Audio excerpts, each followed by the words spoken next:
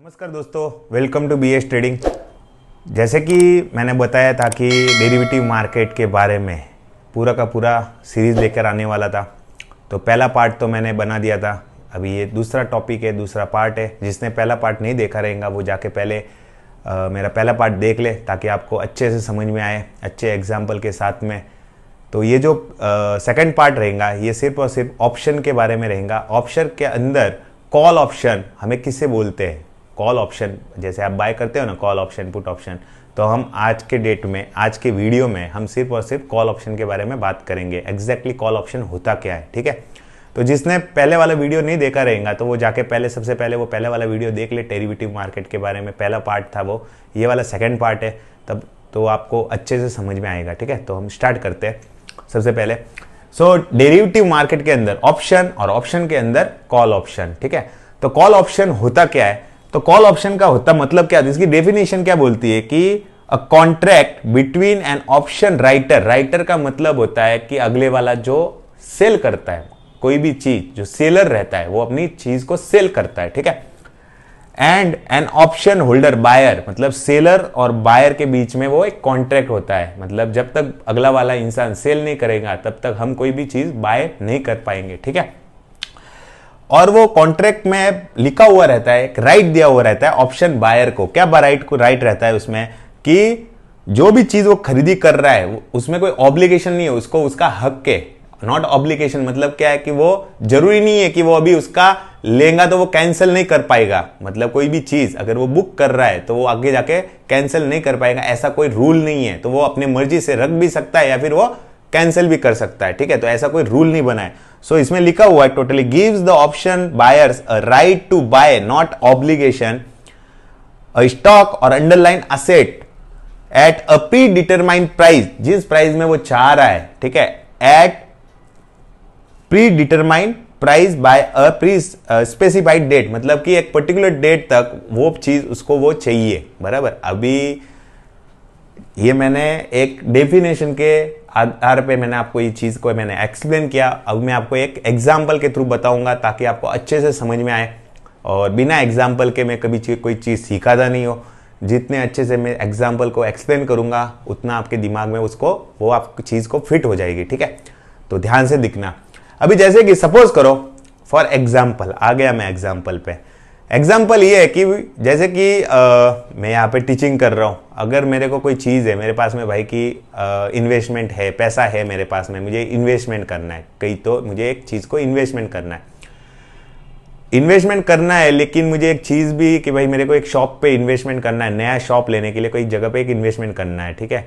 अभी तक वो बनी नहीं है शॉप, लेकिन मुझे उस जगह पे करना है। मुझे लोकेशन पसंद आया। क्यों लोकेशन पसंद आया? लोकेशन मुझे इसलिए पसंद आया क्योंकि मुझे वहाँ पे कुछ चीज़ें कि भाई वहाँ पे एक लोकेशन आगे जाके फ्यूचर में डेवलप होने वाला है। वहाँ पे अच्छा खासा कमर्शियल कॉम्प्लेक्स आने वाले हैं, अच्छी खासी रेजिडेंशियल बिल्डिंग बनने वाली है, लोग रहने के लिए आने वाले हैं। तो अच्छा खासा मेरा उधर बिजनेस बन सकता है उस जगह पे, ठीक है।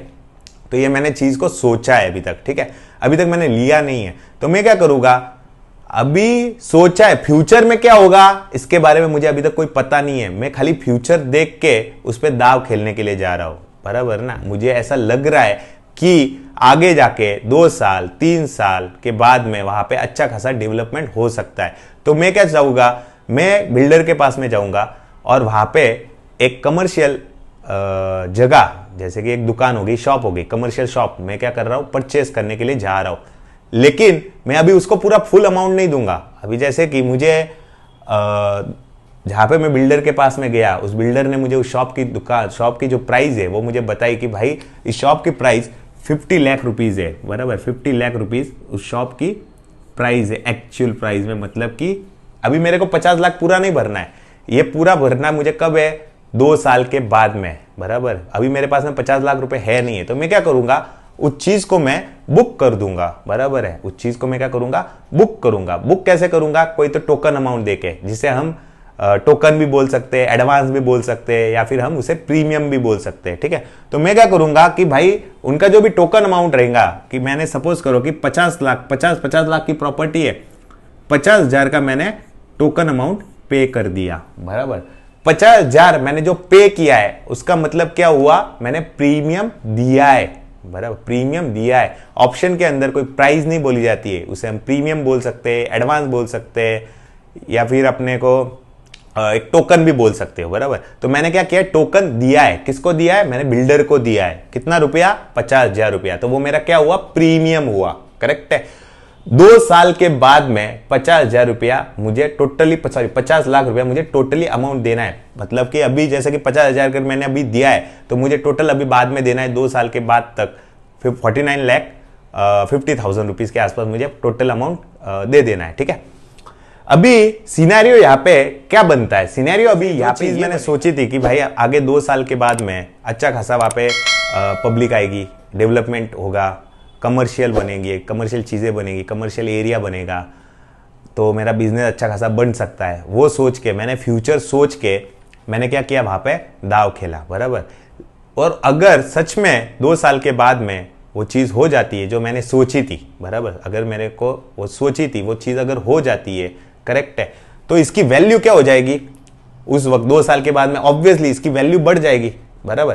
तो ऑलमोस्ट इसकी वैल्यू हो जाएगी 60 लाख के आसपास, बराबर, 60 लाख के आसपास इसकी एक्चुअल वैल्यू हो जाएगी, क्योंकि मैंने 2 साल पहले लॉक किया है, बराबर। अभी उसके बाद में अगर वो 60 लाख भी हो जाए तो भी मुझे कोई 60 लाख पे नहीं करना है, मुझे 50 लाख ही करना है, क्योंकि मैंने क्या किया है, एडवांस में टोकन पे कर दिया है, बराबर। तो मुझे टोटल अमाउंट कितना पे करना पड़ेगा, टोटल 50 लाख रुपीज, बराबर। मतलब 49, रिमेनिंग अमाउंट कितना बचा, 49,50,000 रुपीज मेरा रिमेनिंग अमाउंट बचा। तो वो मैं पे करने के बाद में एक्चुअल वैल्यू जो मार्केट की प्राइस हुई है वो क्या हुई है, 60 लाख रुपीज। तो मुझे टोटल मुनाफा कितना हो गया, 10 लाख रुपीज का मुझे टोटल मुनाफा हुआ। मतलब ये 10 लाख रुपीज मुझे प्रॉफिट हुआ। क्या हुआ, मुझे टोटल 10 लाख रुपीज का मुझे प्रॉफिट इस जगह पे हुआ।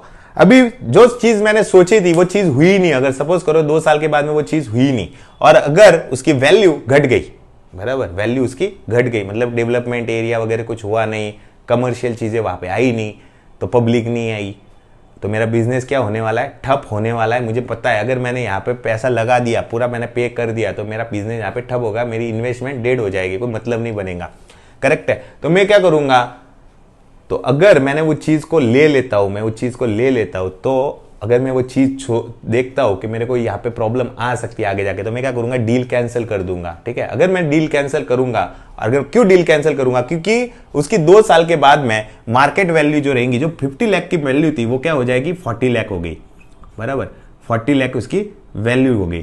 तो मतलब क्या हुआ, 10 लाख रुपया डाउन आ गया, 10 लाख रुपीज उसकी वैल्यू कम हो गई, बराबर। तो अभी क्या होगा कि मैं क्या करूंगा, उस चीज को पाने के लिए मेरा लॉस कितना हुआ इसके अंदर, 50,000 रुपए का टोटल लॉस कितना हुआ मेरा इसके अंदर, 50,000 रुपीज का मेरा लॉस हुआ। तो मैं क्या करूंगा, वापस में सीधा मैं मार्केट प्राइस में मैं डायरेक्टली इसको, इस प्राइस को 40 लाख में खरीदी कर दूंगा, बराबर। मेरा क्या करूंगा, मैं 40 लाख में खरीदी कर दूंगा। मतलब मेरे यहाँ पे लिमिटेड लॉस हुआ, मतलब लिमिटेड कितना हुआ, 50,000 का ही मेरा यहाँ पे लिमिटेड लॉस हुआ, ठीक है। अगर मैं बाय करता, अगर वैल्यू बढ़ती, तो उसमें क्या होगा, मेरा अनलिमिटेड प्रॉफिट हो सकता है, वो 70 लाख भी चला जाता था, 80 लाख भी हो सकता था, बराबर। लेकिन मैंने टोटल अमाउंट नहीं दी थी, मैंने खाली टोकन दिया था, क्योंकि मुझे लग रहा था कि ऊपर जाएगा वो वैल्यू, बराबर। मुझे लग रहा था कि भाई आगे जाके उसका डिमांड आने वाला है, डेवलपमेंट होने वाली है वो चीज, लेकिन हो नहीं पाई।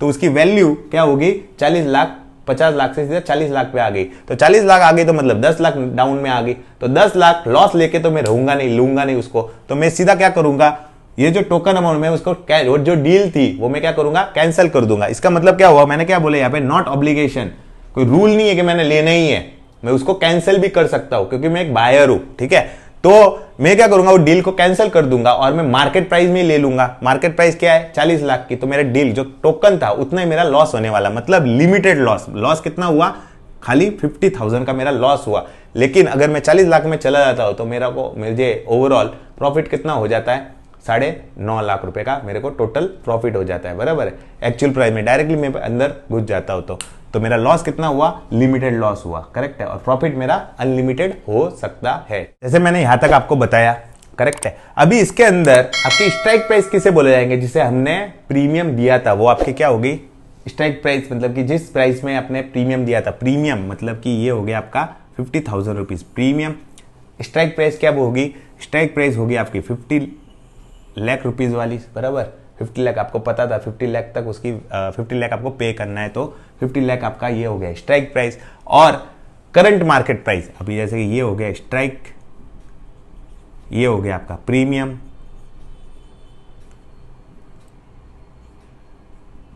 और ये हो गया आपका करंट मार्केट प्राइस, बराबर CMP, करंट मार्केट प्राइस, जो एक्चुअल वैल्यू अभी चालू है। क्लियर, समझ में आया? अभी मैं स्टॉक मार्केट का अंदर का मैं कोई एक एग्जांपल बता देता हूं। जैसे कि एक SBI का शेयर है, अभी SBI मुझे लग रहा है कि भाई ऊपर जा सकता है, बराबर है।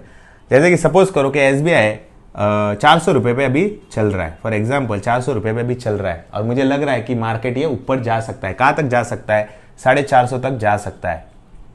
ये मेरा स्टडी के हिसाब से मैं बता रहा हूँ कि भाई स्टडी बता रही है कि मेरे को 450 रुपये के आसपास वो SBI जा सकता है, करेक्ट है। मैंने क्या किया, मैंने 400 रुपये का कोई कॉल ऑप्शन उसका बाय कर लिया, जिसकी वैल्यू थी 10 रुपीज़, फॉर एग्जाम्पल मैंने वैल्यू ली उसकी 10 रुपीज़, बराबर। 400 रुपये पे मार्केट चल रहा है, 450 तक जा सकता है। मैंने स्ट्राइक प्राइस ली है 400 की, ये मेरी स्ट्राइक प्राइस है, और प्राइस भी अभी CMP अभी जो चल रही है वो 400 रुपीज़ ही है। CMP भी कितनी चल रही है? 400 रुपीज़ की CMP अभी चल रही है, करेक्ट है। 50 पॉइंट ऊपर जा सकता है, तो इसका मतलब हुआ ना कि मेरा प्रीमियम भी ऊपर जाएगा, मतलब जो मैंने प्राइस ली हुई है उसकी वैल्यूएशन ये बढ़ने वाली है आगे जाके, बराबर। भले वो 10 दिन में जाए, 15 दिन में जाए, 1 महीने में जाए, 3 महीने में जाए। अगर 3 महीने में जाने वाला रहेगा तो मैं 3 महीने वाला, मतलब कि फार एक्सपायरी वाला लूंगा। अगर 2 महीने में जाने वाला रहेगा तो मैं नेक्स्ट एक्सपायरी का लूंगा, और अगर करंट मंथ में जाने वाला रहेगा तो मैं करंट एक्सपायरी का लेने वाला हूं। ओके, सो उस वक्त जब अगर वो ऊपर जाएगा तो इसमें मेरे को क्या होगा? अनलिमिटेड प्रॉफिट हो जाएगा, अनलिमिटेड प्रॉफिट हो जाएगा। और अगर बाय चांस अगर ये नीचे चला जाता है तो मेरे को क्या होगा कि जो भी मैंने प्रीमियम पे किया था, ये क्या जो 10 रुपया जो था वो प्रीमियम पे किया था, वो क्या होगा? मेरा लॉस होगा, बराबर। अगर ये बाय चांस नीचे आ जाता है, तो अगर ऊपर चला जाता है तो जो प्राइस रहेंगी वो क्या होंगी? ये CMP आपकी करंट मार्केट प्राइस आ जाएंगी 1 महीने के बाद में, 2 महीने के बाद में, 3 महीने के बाद, मतलब कि एक्चुअल वैल्यू उसकी क्या बढ़ जाएगी? प्रीमियम की आपकी बढ़ जाएगी, और उसके अंदर आपको प्रॉफिट हो जाएगा।